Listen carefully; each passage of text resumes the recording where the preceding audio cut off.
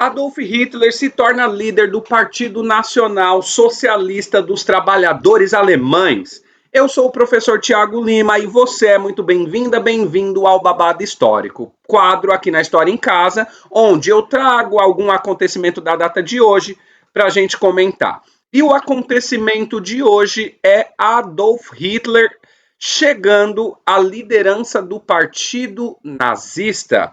Aí está a carinha dele. Vamos ler a notícia. Lembrar para vocês que esse vídeo não tem a intenção de explicar o que é o nazismo e também todo o seu processo, e sim, ler o fato do dia e comentar. Nesse fato do dia, a gente vai aproveitar para falar um pouco sobre a história do Adolf Hitler dentro do processo político e algumas coisinhas, mas não vamos aprofundar. Depois eu indico alguns vídeos aqui do canal. Vamos lá. Adolf Hitler torna-se líder do Partido Nacional Socialista dos Trabalhadores Alemães, que vai ser o Partido Nazista.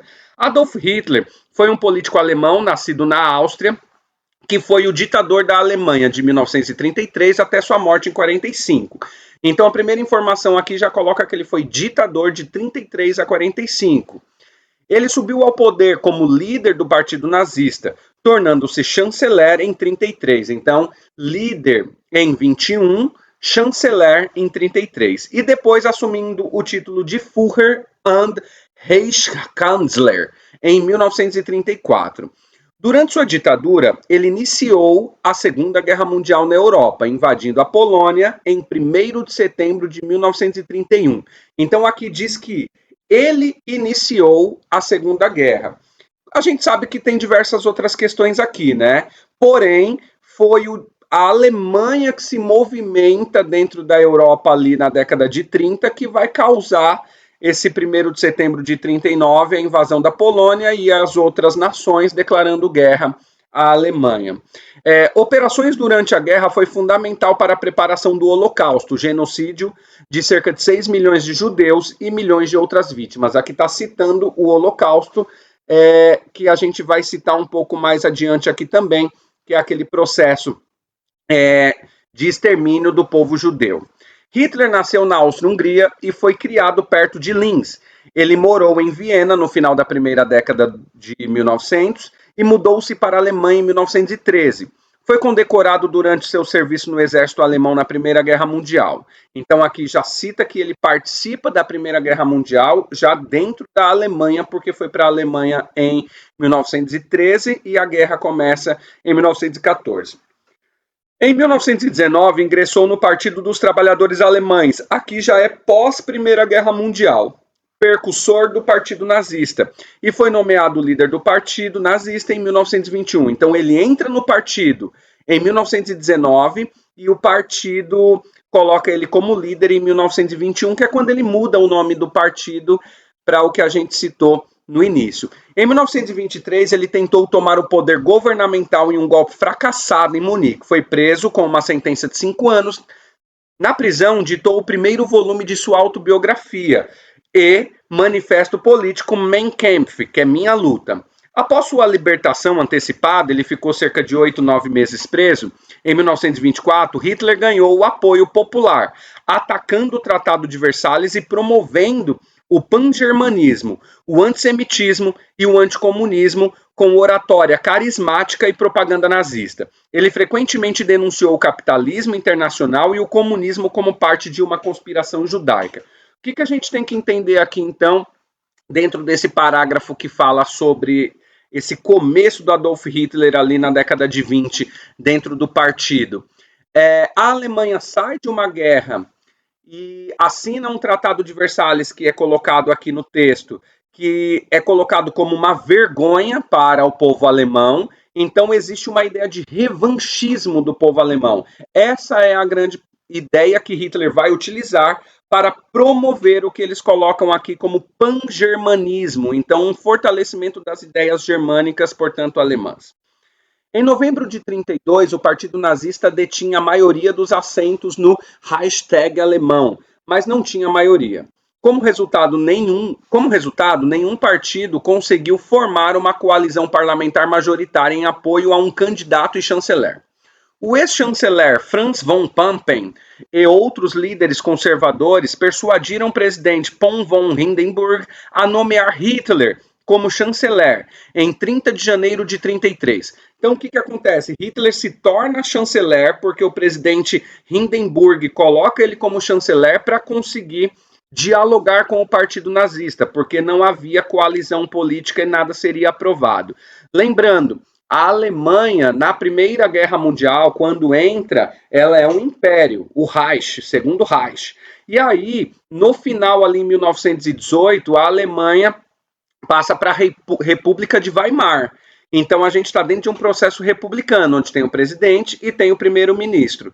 E aqui, no caso, Adolf Hitler, em 30 de janeiro de 1933, passa a ser o chanceler, então, portanto, ocupando essa posição muito importante dentro da política alemã.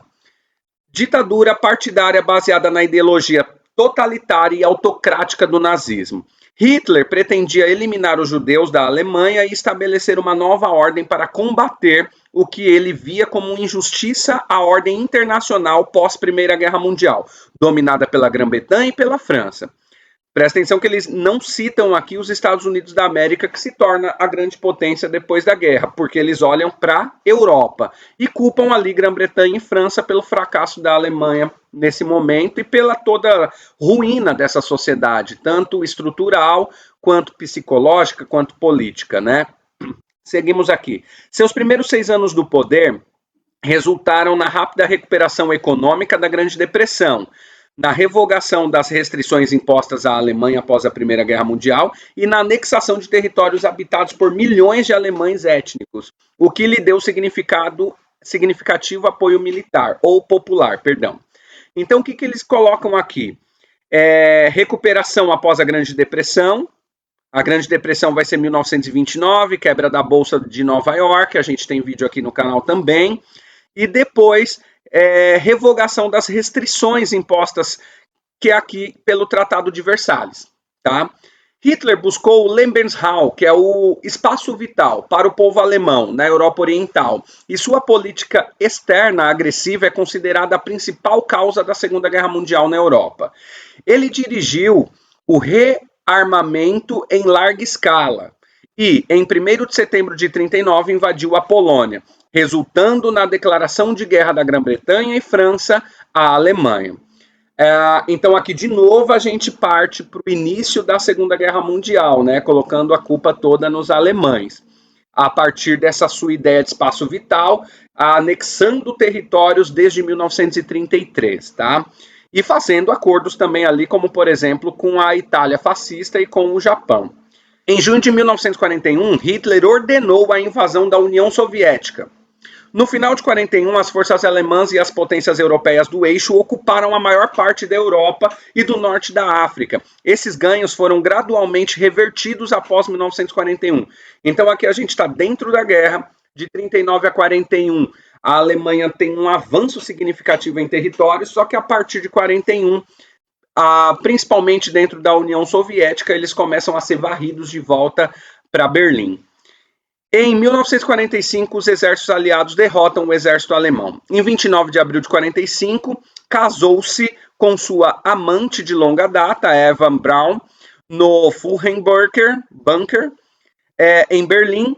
Menos de 2 dias depois, o casal cometeu suicídio para evitar a captura pelo Exército Vermelho Soviético. Seus cadáveres foram queimados. Lembrando, a notícia aqui é que eles cometeram suicídio, que os cadáveres foram queimados, a gente não tem registro desses corpos, né?